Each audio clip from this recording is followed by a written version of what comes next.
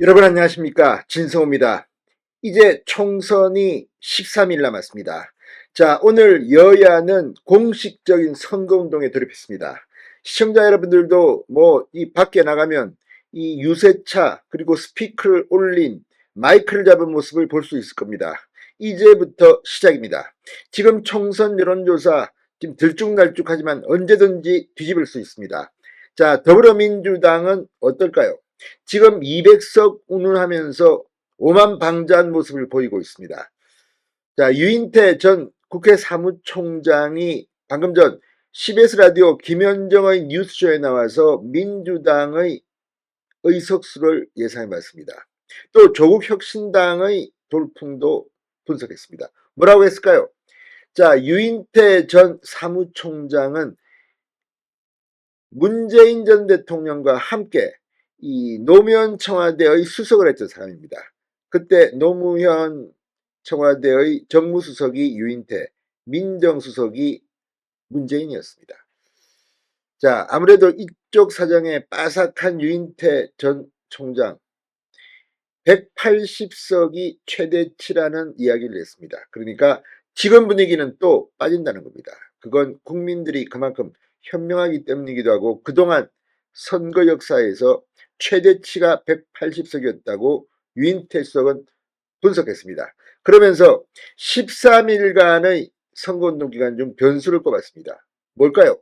유인태는 이재명의 말실수, 실수, 이재명이 실언을 한다. 자꾸 사고를 친다고 분석했습니다. 이게 변수라는 겁니다. 실제 지금 이재명 대표의 지원 유세를 일부 지역에서는 꺼리고 있다는 겁니다. 제발 좀 유세 지원 안 했으면 좋겠다.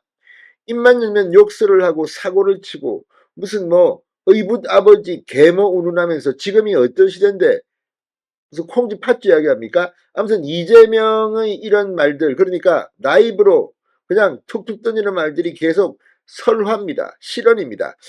유인태 전 총장은 이재명의 실언을 가장 큰 변수로 꼽았습니다. 자, 어쨌든 지금부터 시작입니다. 달려가면 됩니다. 지금까지의 여론조사 올라갔다 내려갔다. 지금부터 뒤집어야 합니다. 진성호의 융단 폭격 시작합니다. 더불어민주당을 융단 폭격합니다. 방송에 앞서 아직 진성호 방송에 구독자가 아니신 분은 붉은색 구독 버튼 눌러주십시오. 더 좋은 방송으로 보답하겠습니다. 자, 야권 언로 유인태 전 국회 사무총장이 앞으로 남은 총선 13일의 변수로 실언을 꼽았습니다. 유인태 전 총장 CBS 라디오에 나와 이재명 대표 요새도 자꾸 사고를 치는 것 같아. 거기도 좀 한번 말을 할 때 좀 더 신중해졌으면 좋겠다고 꼬집었습니다.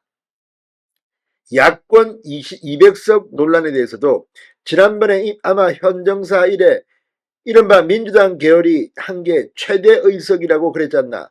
이번에 그 의석 180석을 능가한다는 게 거의 기적에 가까운 일이지 않나라며 부정적 반응을 보였습니다.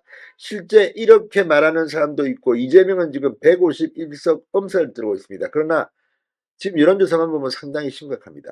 뒤집어야 합니다. 그리고 보수가 결집하고 무엇보다 이번 선거의 결과는 투표율에서 결정이 날 것 같습니다.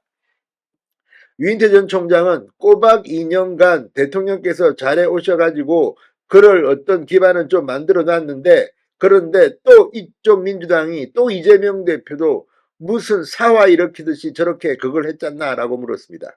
사화 일으키듯이. 그러니까 이재명은 지금 공천 파동을 통해서 완전히 조선시대 사화처럼 비명들을 쳐냈다는 겁니다. 그렇게까지는 쉽지 않을 것이다.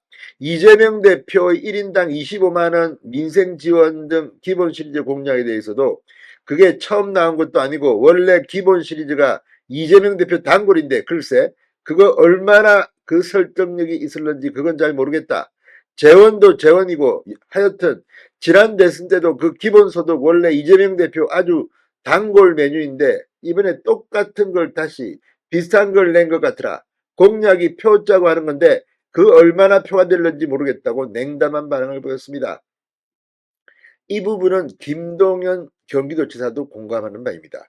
이재명이 지금 총선 이재명 때문에 민주당 의석수가 많이 나올 것은 아닐 겁니다. 오히려 그 반대일 텐데 어쨌든 민주당이 승리하면 또 이재명이 오만방자하게 행동할 가능성을 예측할 수 있습니다. 그런데 총선 뒤 이재명은 감옥에 갈 가능성이 높다고 봅니다. 자, 어쨌든 지금 이재명이 위기입니다. 조국 혁신당 약진에 대해서 나는 창당을 한다는 것 자체가 미친 짓이라고 봤었다. 아니 2심까지 실형 2년 받아놓은 사람이 무슨 비법률적 방법, 뭔 소리인지 그런 소리를 했잖아. 저게 뭔 소리인지 참 이게 우리 머리가 안 돌아가는 거다. 그러니까 저쪽 상상력을 못 따라간 것이라고 토로했습니다. 그러니까 이게 지금 상식적으로는 말이 안 되는데 지금 이게 통한다는 겁니다. 이러니 대한민국 정치가 개판되는 겁니다. 자, 어쨌든 지금 이 민주당 유인태 전 총장 말처럼 지금 이렇게 되고 있다고 희낙낙하죠. 지금 13일 동안 앞으로 많은 일이 벌어질 겁니다.